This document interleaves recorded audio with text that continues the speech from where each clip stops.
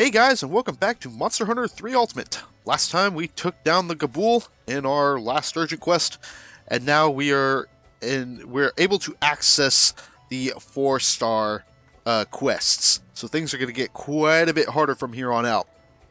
But if you are playing on the Wii U gamepad, you might already notice that we have a bunch of people to talk to. So let's go talk to them before we get into the next quest. Let's see. Okay, so the trader guy here, he just telling us that we have more options to trade with if you so happen to use this guy. In fact, I'm going to just take a look here, because I didn't really go through a whole lot of things you can do with this guy, but he's basically just your standard trader, and it follows the whole supply and demand formula, so in certain cases, prices can go up or down. Depending on what sort of day it is or something like that. And of course you have the items that you get either from free hunt or just, regular gameplay or something like that.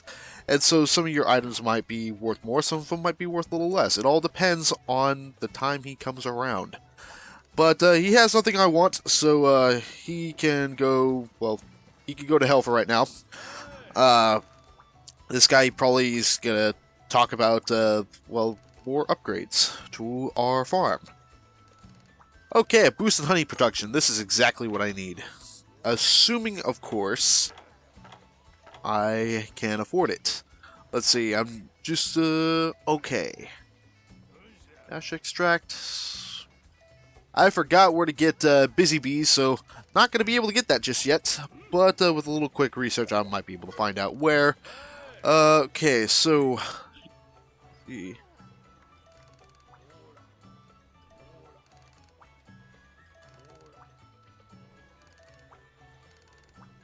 I have no idea what that was about, but sounds like Junior has another quest for us, I guess.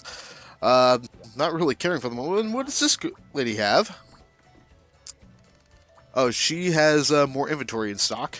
That's probably something I didn't mention before, but the more you complete quests, the more stuff that this lady has in stock. Okay, so I'm not going to buy the Book of Combos 3 right now. There's really not much else for me to combine with just yet. And this guy's letting us know that we have better ingredients, and that's a good thing because now the whole randomness factor of whether or not your abilities grow or get taken away is a little bit narrower. Can't even say that word. Okay, so the quest I had in mind for today is Hunter Killer. So we have a new location opened up, and that's the Tundra. But, well, we got something that can probably be a challenge. This is an optional quest. It's not a key quest. But, let's go ahead and do that anyway. That way we can sort of, quote-unquote, complete the Sandy Plains quests. And, just your daily memo, or your video memo for today, bring your cool drinks. It is hot as fuck. So we are facing 2 large monsters this time around. And the trick here is that even though we are facing 2 large monsters, when you're facing more than 1 large monster, their health is cut. So in this case, I believe their health is cut in half, which is a good thing. That way we can, we don't have too much of a bad time. So you have 2 options. Doesn't matter what order you take these guys down in. But I think I might just go after the Great Jaggy first. Just because, well, to get him out of the way. And that is super easy too. It's, it's not going to be much of a hassle. But if you're looking to grind some Baroth materials, this might be a good place to do that because the Baroth's health is cut, and since the Great Jaggy is a pushover, then, that's something to keep in mind. Oh, hey, Great Jaggy, how you doing? Hey, where you going? No. Okay, there we go. And so, the Baroth will not come in this area, or at least I've never, ever seen him come in this area before, so it's a safe assumption to say that he won't come in this area. But, okay, so Great Jaggy is, oh wow, I think he's almost dead. I'm not sure yet, but I could probably get a few spirit combos off on this guy and build up my meter, which that's a really, really good thing. Gives me a little bit more power against the Baroth. So any advantage, I'll take it. Just, ladies and gentlemen, avoid the hip checks. Hip checks are bad. Oh wow, he is not dead yet. Ooh. And Cha-Cha looks like he's having a rough time. But who cares about Cha-Cha, because Cha-Cha sucks. And what is this guy doing? I swear I think that attack was inspired by the tail whip attack from Pokemon. I mean, it does virtually jack shit.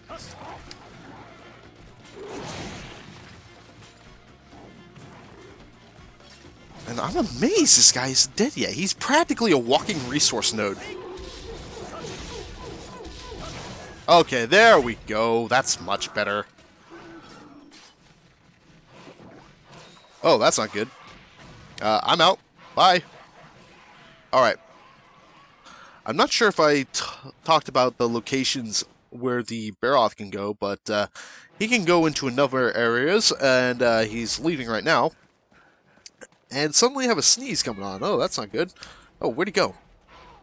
Oh, okay, he went into area 1. That's one of the areas he could go in. If he digs into the ground, you can see the little puffs of smoke that come out. But he can go into areas, let's see, 1, 2, 3, 4, and 8. If I remember correctly. No.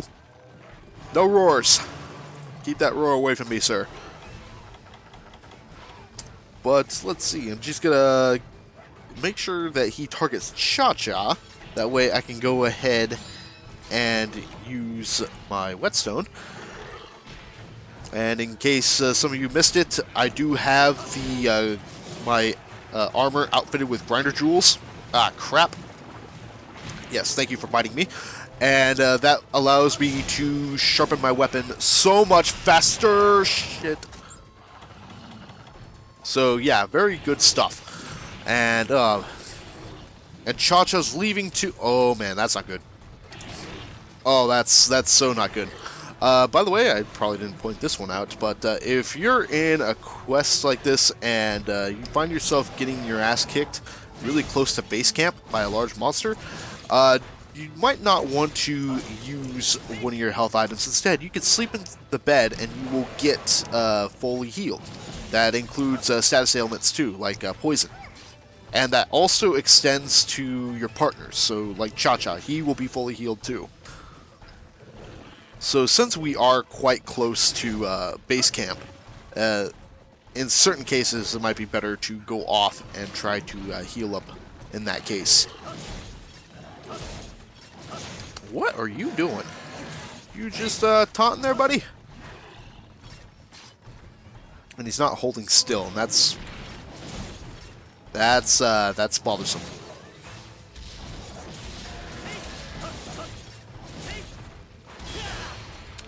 Okay, I'm not even sure what happened there. Okay, what is Baroth doing?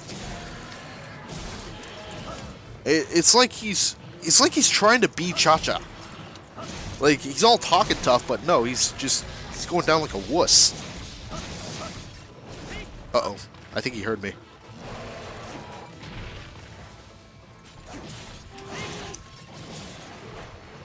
Oh yeah, he heard me. Oh man, okay, yeah. He's probably not going to be doing a whole lot of taunting anymore.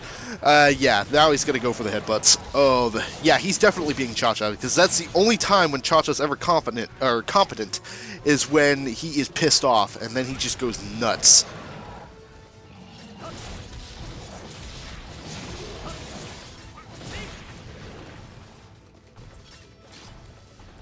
Another thing to keep in mind about the Baroth's charge is that his tail swings at the end of the charge, and that tail will hit and hurt you.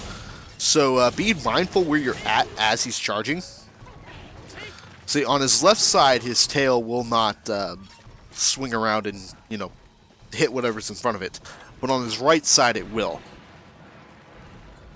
So if you're coming at him from the right side, then make sure you have a little bit more space to maneuver around. And I didn't even see where he went. Crap. Ah, there he is. Oh, he's hungry.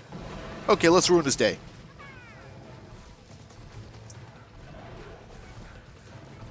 I'm not sure if I went over this when going against the Baroth last, or like any large monster in general, but if you interrupt them when they're eating, it's like they never ate to begin with.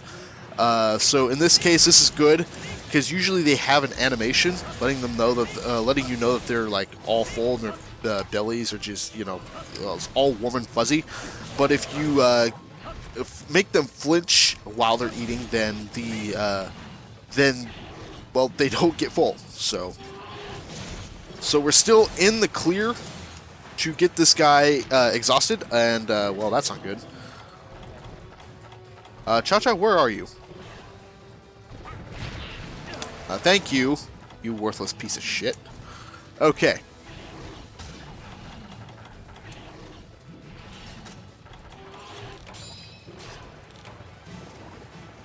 Oh man. Let's just hope no muddy milk. I almost want to call them milk duds. the sacks of mud do actually look like milk duds, like slightly lighter milk duds. Shame they are not nutritious though.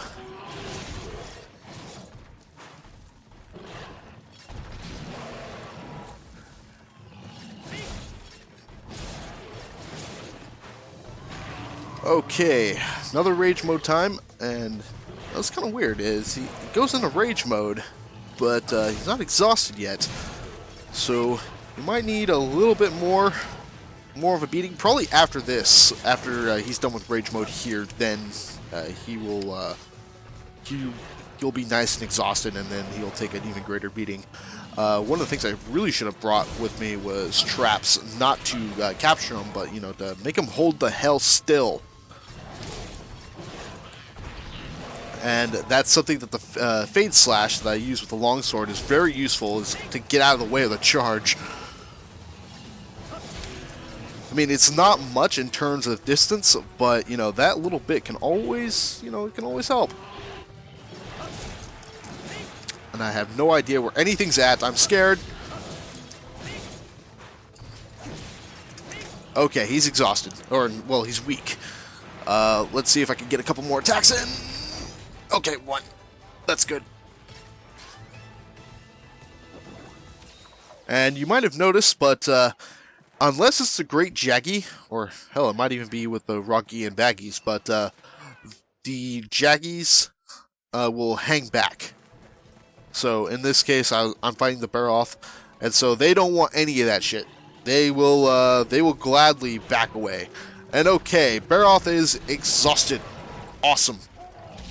Now let's go ruin his day.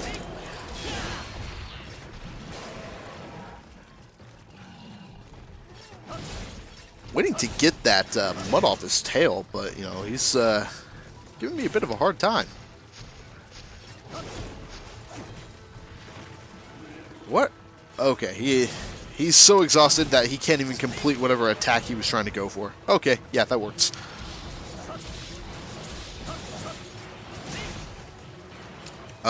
In terms of the Baroth's armor, it's definitely stronger than the Kuopeko in terms of raw defense. However, it's also weak to fire and ice, which I think with the Baroth armor, it's a little weird though, because usually the monster's armor is reflecting upon its strengths and resistances in the quest. So I looked at the chest plate, and it was weak to fire and had like a slight weakness, I think, to ice, which is definitely not going to be good for some of the quests coming up. However, some of the armor pieces might have it in reverse, so where they're actually strong against fire. But that's just the case with the Baroth, though, because of his weird affinity to having both weaknesses and resistances to multiple elements, depending on if there's mud on him or not. But anyways, yes, this is a pretty, I'd say, I want to say simple, but remember, if you're using a slower weapon like a hammer or a longsword, or not a longsword, but a greatsword, then this might come as a little bit more troublesome. If that's the case, then make sure you bring some traps. If you are a dedicated user of slower weapons, bring some traps. They will help you. Alright, and we got some charms as rewards here, so, oh, these are actually very good in terms of just, well, raw points. So both of these are 8. Not guaranteeing that I'm going to use them, but, you know, it's something. Anyways, thank you guys for watching, and I'll see you again next time. Take care.